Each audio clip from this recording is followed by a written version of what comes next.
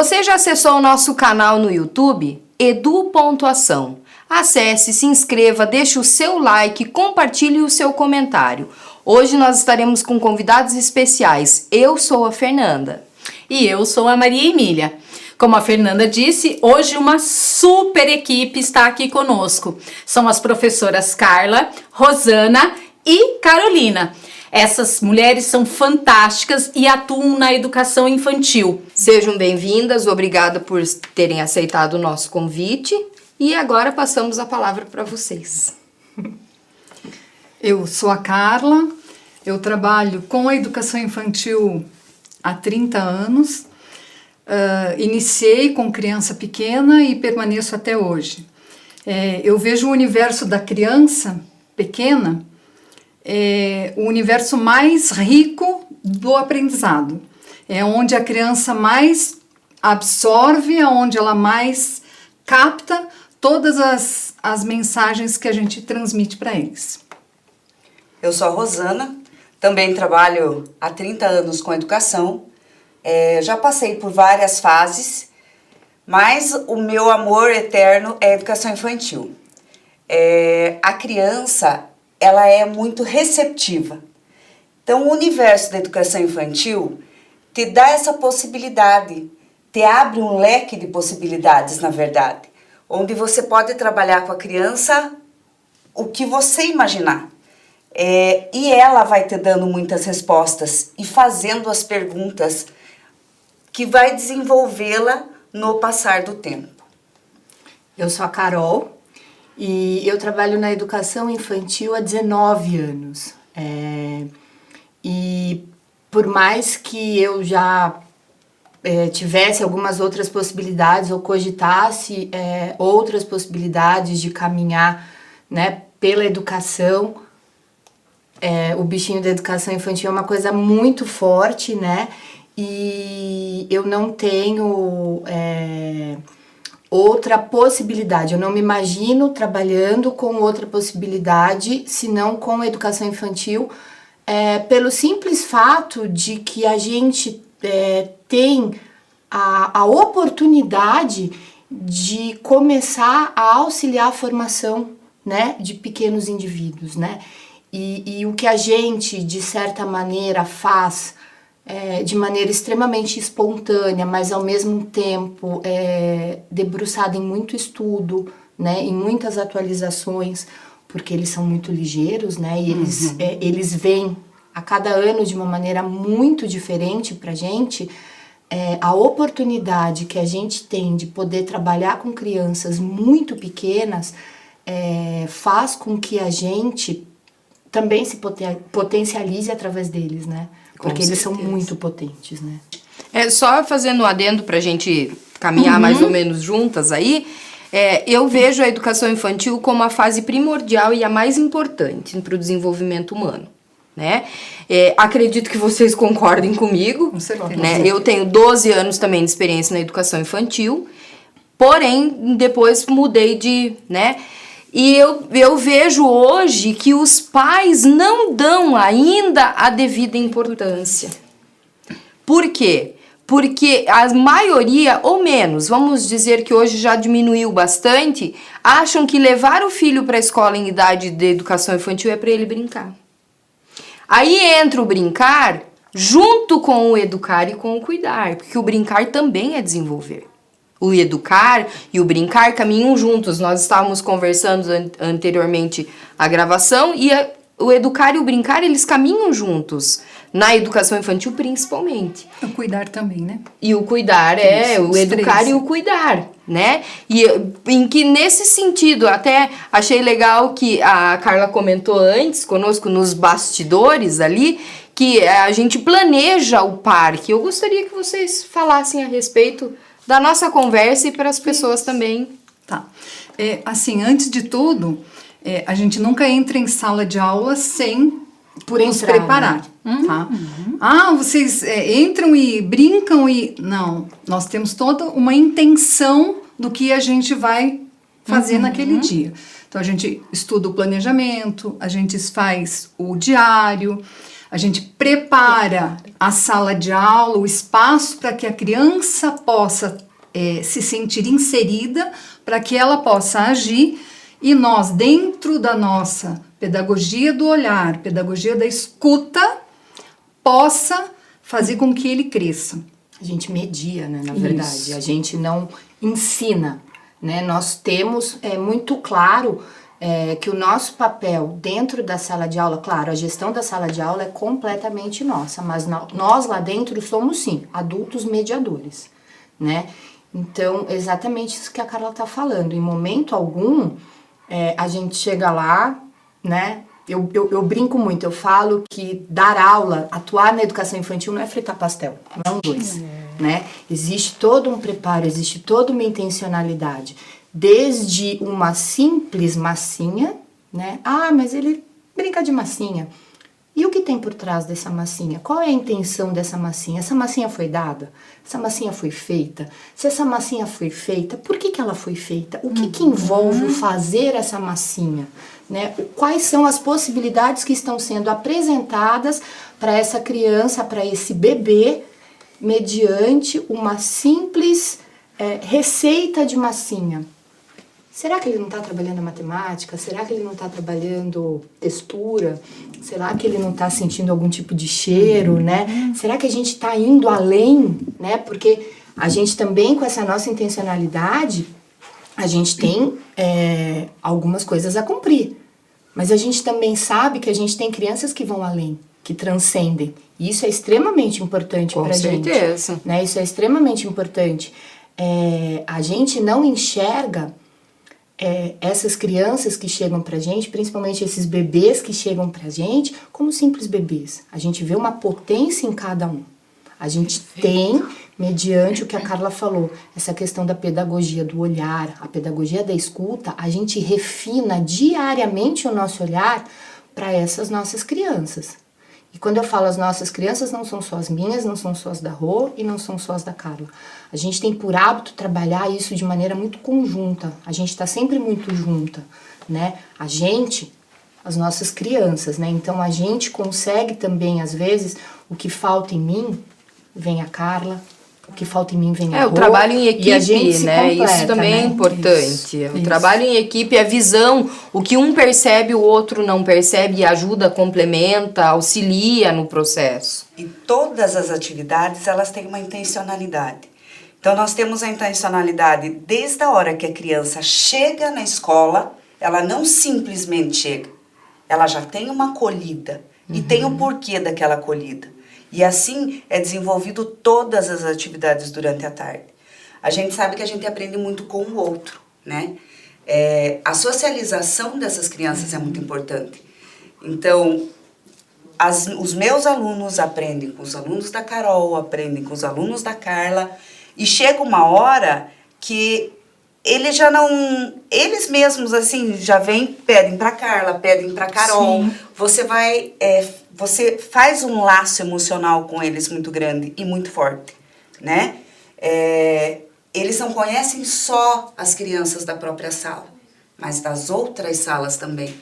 Eles brincam juntos, eles fazem a troca juntos, eles descobrem o outro e não só eles mesmos. Né? E isso é muito importante. Essa possibilidade de viver em sociedade, né? A intenção que a família tem de colocar uma criança na escola é extremamente variada, né? Sim. A gente entende, acolhe, porém, enquanto adulto mediador, no decorrer, a gente vai mostrando exatamente para essa família, se ela não sabia o motivo, a gente consegue apresentar esse motivo, isso, independente de como vai ser aquele ano, e aquela que sabe exatamente por que está colocando o filho na escola, termina o ano com muita clareza, né? E fala, poxa, porque é difícil, né? Você colocar o seu bebê na escola, você entregar o seu bebê para uma instituição, né? Tá saindo do micro. Ele tá saindo do micro e tá indo pro macro. Isso independe se você tá levando essa criança para uma instituição muito grande ao seu olhar de adulto, né? Ou para uma instituição de médio ou pequeno porte, mas você tá levando ele pro mundo, né? E aí você, além de estar nessa instituição, você tá deixando o seu bebê com uma pessoa que você não conhece. Ele não conhece, mas você não conhece, né? Então aí vem uma série de outras A situações. questão da confiança, né? Porque lembra a Carla? A Carla foi a primeira professora da minha filha. Com muito orgulho eu falo isso, nada contra vocês, pelo amor de Deus. A Carol é da minha filha, foi da minha filha. Mas a Rô cuidava da Mafê junto, lembra, Rô? Quando a Mafê era pequena e tudo. E eu deixava a Carla, dizia, vai tranquila. Isso que eu conhecia a Carla, imagina se eu não conhecesse, né? Mas esse medo do novo, nós adultos temos mais do que as crianças, porque as crianças se adaptam mais rápido, né? Qualquer processo, a qualquer mudança, os adultos têm já... Por quê? Porque a gente já tem uma outra visão, mais conhecimento, a gente já tem maldades que são impostas. Preconceitos, né? Não julgando, mas preconceitos. Isso mesmo, é verdade. Mas eu penso que, como a Carol falou, a Rô falou, a Carla também mencionou, o processo não chega ao fim lá em dezembro, quando termina. A gente sabe, tem essa ciência. Mas, devido à dinâmica, né, da infância, eles são umas esponjas, né? Eles vão pegando. E uma atuação competente, né, com uma formação, com uma intencionalidade. Ora, vocês sabem por que estão lá, né? Não é sair do nada e ir para lugar nenhum. Tem uma intencionalidade, um objetivo. E nós que somos da educação entendemos, mas para muitos pais isso não é claro, eles não sabem o que acontece lá das 6 até a meia-noite, que vocês ficam planejando, fazendo atividades, materiais, pesquisando, pensando em cada uma das crianças, se atualizando, final de semana fazendo pós-graduação e cursos, e enfim. Mas eu penso assim, por eles absorverem, serem essas esponjinhas, seres bem dinâmicos, e vocês, com toda a dedicação, lá em dezembro, o processo não terminou, a escolaridade deles, mas a intenção, quando se há essa intenção, ela fica clara para os pais, né? Por mais que esses pais talvez não tenham, alguns, como você falou já no início do ano, tem isso claro, outros não, né? Mas se cumpre isso de tal forma que fica perceptível. Por quê? Porque a criança nos traz esse retorno, né? Ela ela demonstra isso em casa, a cada nova descoberta. E aí é que a gente percebe essa importância fundamental da educação infantil, não desmerecendo a atuação dos pais, porque os pais atuam da sua forma, né? E eu penso, e eu gostaria de ouvir um pouquinho de vocês, em relação a essa atuação, para além da competência teórica, prática, né? Toda a dedicação que vocês têm, a intencionalidade, o planejamento que a gente sabe, a questão da afetividade. Por quê? Porque eu percebo, né, pela ótica da pedagogia sistêmica, que não há educação, e eu sei a opinião de vocês também, sem afetividade, não caminha, não flui, não vai, não chega a lugar nenhum, certo? Principalmente nessa fase. Outra coisa que vocês falaram ali, né, é levar a criança para o mundo. Nós, pela ótica sistêmica, percebemos exatamente assim, nós estamos entregando essa criança para o mundo, em tenra idade. Um elemento importante aqui fica como dica, não é nem como questão a vocês. Um elemento importante, sempre que possível, o pai fazer parte desse processo. Isso. Porque quem leva para o mundo, quem apresenta a criança para o mundo é o pai. A Carol sabe, ela tem a formação da reprogramação biológica, que está também um dos pilares é a constelação sistêmica familiar. Então, sempre que possível, o pai participar desse levar até a escola, criança, né? Levar para o mundo. Mas voltando à afetividade, eu queria saber de vocês, qual a importância da afetividade, né? E o que ela contribui para a formação dessas crianças? Eu vou tentar dar um exemplo. Ótimo. Nós tivemos a pandemia esse ano. Sim. O tempo de aula foi muito pequeno. Sim. E um dia nós estávamos as 3 na escola, de repente eu vi assim, longe, uma carequinha. Eu falei, eu conheço aquela criança. Fomos até lá. Tinha, claro, a grade e tal, nós não poderíamos passar para o outro lado. E eu falei com essa criança. Ele chorava bastante, a adaptação foi bem difícil. A mãe ficou junto. Ele não terminou a adaptação, não concluiu a adaptação dele. Mas ele reconheceu a minha voz. Olha que legal. E ele reconheceu o espaço. Como é que eu sei disso? Ele estava num carrinho, ele subiu, ele ficou em pé naquele carrinho e ele fazia assim. E daí a avó disse tchau, começou a tirá-lo dali e ele chorava. Aí nós não estávamos mais no raio de visão dele e eu falei e ele ouviu a minha voz e ele voltou a chorar. Quer dizer, ele retornou à cabecinha dele as lembranças, as memórias afetivas que ele já tinha ali, mesmo em pouco tempo. Imagina, né, o quanto é importante a afetividade, que eu digo, a questão até de como você trata o seu aluno, né? A maneira como você responde ao seu aluno, que você chama ele, até para chamar atenção a gente pode ser afetivo, né? Não precisa ser grosseiro, ríspido, bravo. Antigamente, como nós sempre falamos, né, Maria Emília, nos nossos vídeos aí, antigamente sim, os professores queriam que as crianças tivessem o quê? Medo? Era a forma de controle, a disciplinarização. O respeito se dava através do medo. Do medo. E hoje a gente sabe que a do medo. disciplina Hoje não. Hoje a trabalha gente de uma consegue com amorosidade, com afetividade, com o contato físico. Às vezes tem escolas que não deixam pegar as crianças no colo. Gente, pelo amor de Deus, que mundo nós estamos que não pode pegar. Né? Você não poder... Mas existe. E acaba, né, de certa maneira, sendo uma afronta, né? E acredito até que seja um desrespeito para com essa criança e para com esse professor. Até né? conosco, porque nós estamos acostumados a dar carinho, a pegar no colo, a fazer, né? Quando a criança está chorando. Eu digo sempre, a gente já conversou sobre isso, conversei com a Carol sobre isso, com a Rô e com a Carla, não, mas as crianças que permaneciam em tempo integral na escola. Gente, eles precisam de colo, eles precisam de atenção maior.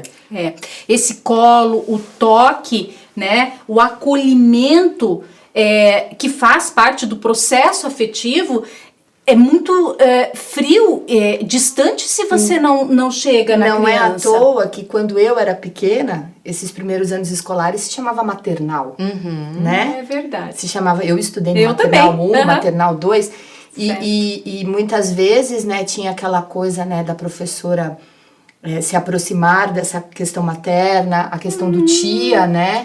E, no entanto, com o passar do tempo, essa afetividade, ela pode ser trabalhada, demonstrada, sempre com muito respeito, independente de eu ser a tia, de eu ser a figura mais materna, a prof, a Carol, a Ká, enfim.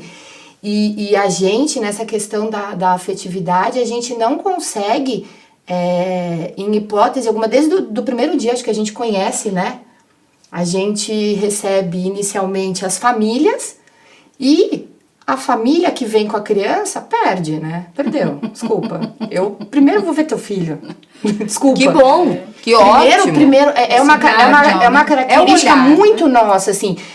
Cada uma dentro das suas características, cada uma dentro do seu jeito, né? Mas a gente não pode ver uma criança, a gente tem essa alegria, eu não diria essa dificuldade, a gente tem essa alegria, esse instinto, a gente não pode ver uma criança. A gente fica em dia de receber a família, para conhecer a família, enfim, mas a gente fica assim, tomara que o fulano venha.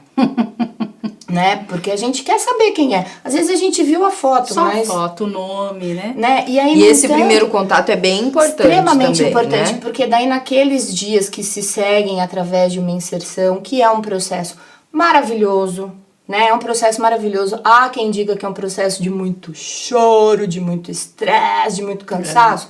Sim, se chora, se cansa, se fica estressado. É uma rotina nova que está sendo inserida na vida dessa criança, dessa família. É uma rotina nova que está sendo inserida dentro do colégio, que ficou um tempo sem vida, né? E que agora está recebendo essa vida toda novamente. Mas, digam o que quiserem da gente, nós somos meio que as loucas da inserção, porque a gente sabe que é um processo que passa. E é um processo extremamente importante para quê? Pra gente construir o quê? Vínculo. E você sabe que eu penso assim, Carol, Carla e Rô, o vínculo, o cuidar, o ser afetivo, você está trabalhando de forma indireta a questão do respeito. Do respeito por si só, pelo seu corpo, pela sua presença, pelo outro. Como eu vou saber qual é o limite? Autonomia, né? A autonomia. Então, não existe, penso eu, e pelas literaturas que a gente tem na educação infantil, eu li pouquíssimo, sou bem honesta, mas não existe uma educação de fato, né? Um ensino e aprendizagem sem afetividade. E Né? sem o diálogo também, né? A gente faz conversa parte. muito com as crianças. Tudo que a gente vai fazer, a gente conta para elas. A Rô deu um exemplo, eu lembro de uma criança o ano retrasado, e ele estava com febre na sala. Sim. E eu peguei ele no colo e fui conversando com ele. E fui até a enfermaria e disse para ele, olha, caso você esteja com febre, eu vou avisar a mamãe. Mas se não tiver com febre, a gente não precisa contar para a mamãe. Combinado? Combinado. Ele respondeu para mim. Aí tinha um pai sentado na enfermaria, ele olhou para mim e falou assim, nossa, você conversando com o bebê e ele vai te entender? Daí eu olhei para o pai, o senhor quer ver como ele vai entender? A enfermeira mediu a temperatura, não tinha febre, era coisa minha, ele estava mais quente, mas não era. Aí eu olhei para ele e falei, fulaninho, você não está com febre, então não precisa avisar a mamãe. E a gente retornou para a sala. Aí aquele pai ficou olhando. Eu acho bem importante a Carla colocar isso, que as pessoas menosprezam a Subestimam capacidade o bebê. e entendimento dos bebês desde quando eles estão na nossa barriga. Eles já a sabem, gente eles dialoga com eles. já reconhece a voz da mãe, a voz do pai. Quando o pai chega e fala, a criança já começa a ficar agitada dentro da barriga. E estabelecer limites também quer demonstrar afetividade. Isso. Né? Isso eu acho bem importante a gente ressaltar, porque às vezes fala, não, mas ele é hiperativo. Não, não é hiperativo, ele não tem limite. E o limite é imprescindível, importantíssimo para que ele seja bem visto pelas pessoas com que ele convive, para que ele se sinta bem, para que ele seja uma pessoa feliz. Uma infância saudável. Uma infância saudável. Eu sei, Fernanda, que você tem uma pergunta que não quer calar. Tenho. Essa eu não posso deixar de fazer. Essa eu tô sabendo. Estamos em época de pandemia, complicadíssimo, também atuo na docência e preparar aula, conversar com pais, resolver e organizar e planejamento e tudo mais, e aula online, tempo de duração para as crianças, tudo elas estão por dentro. Agora eu quero perguntar para vocês, o ano é perdido? O ano letivo foi perdido? Não. Por quê? Nós procuramos outros meios para que a gente chegasse até a criança, até a família. Mas, lógico, não é a mesma coisa, não é da mesma forma dentro de uma sala de aula. Mas tudo que a gente preparou, tudo que a gente fez vídeo, aula, escrita, material Não estruturado, material estruturado, tudo tinha uma intencionalidade. Então, quando a gente prepara e transmite para a criança através de uma tela, com certeza vem a resposta. Na verdade, o que falta é a troca de experiência. A vivência deles conosco, deles com eles e, né, Falta que acrescenta o toque. né? Falta tudo isso, mas é muito maluco, né? Essa situação para todo mundo, né? Mas é tão diferente e engrandecedor porque, né? Falta lá 5 minutos pra gente entrar, 1 minuto. Começa a dar um desespero. A gente senta, levanta, A gente senta, levanta, a gente sua, a gente toma água, mas a gente não toma tanta também, porque a gente tem um momento que a gente precisa atendê-los e ficar com eles, e esse é o nosso ofício, e a gente tá lá exatamente para isso, então a gente, né? E aí, abre.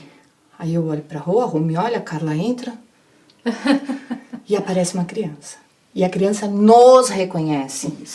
E isso também é um acolhimento para nós, para essa família. Existe sim um novo ou um novo diferente. Eu verdadeiramente eu não saberia o que dizer, Nada, absolutamente nada substitui o contato, substitui o abraço, substitui o olho no olho, substitui a nossa sala de aula, né? A nossa sala de aula. Sagrado. Amém. Agora, e o acolhimento também que essas famílias estão tendo para conosco. Ou seja, nós estamos entrando na casa dessa família. A escola está dentro da nossa casa, só que a escola também, que é dentro da nossa casa, está entrando na casa dessas famílias, na sua casa, na sua casa. Perfeito. A gente está entrando e a gente está sendo extremamente bem recebido dentro daquilo que é possível aquela família fazer. Mas aquela família precisa entender que alguma coisa é preciso fazer. Até vou fazer um adendo, desculpa, Rô, vou fazer um adendo aqui, agora tirando elas de lado aí um pouco, eu e a Maria Emília enquanto mães. Quando eu escuto uma mãe me dizendo, ou um pai, que o ano letivo foi perdido, eu falo pra minha filha, não foi. Porque eu valorizo, eu incentivo, eu acompanho. Se eu não posso acompanhar, eu peço a alguém que acompanhe. E eu tento fazer na medida do possível. Ah, mas você tem formação para isso. Não, eu não tenho formação, por exemplo, de matemática para trabalhar com a minha filha.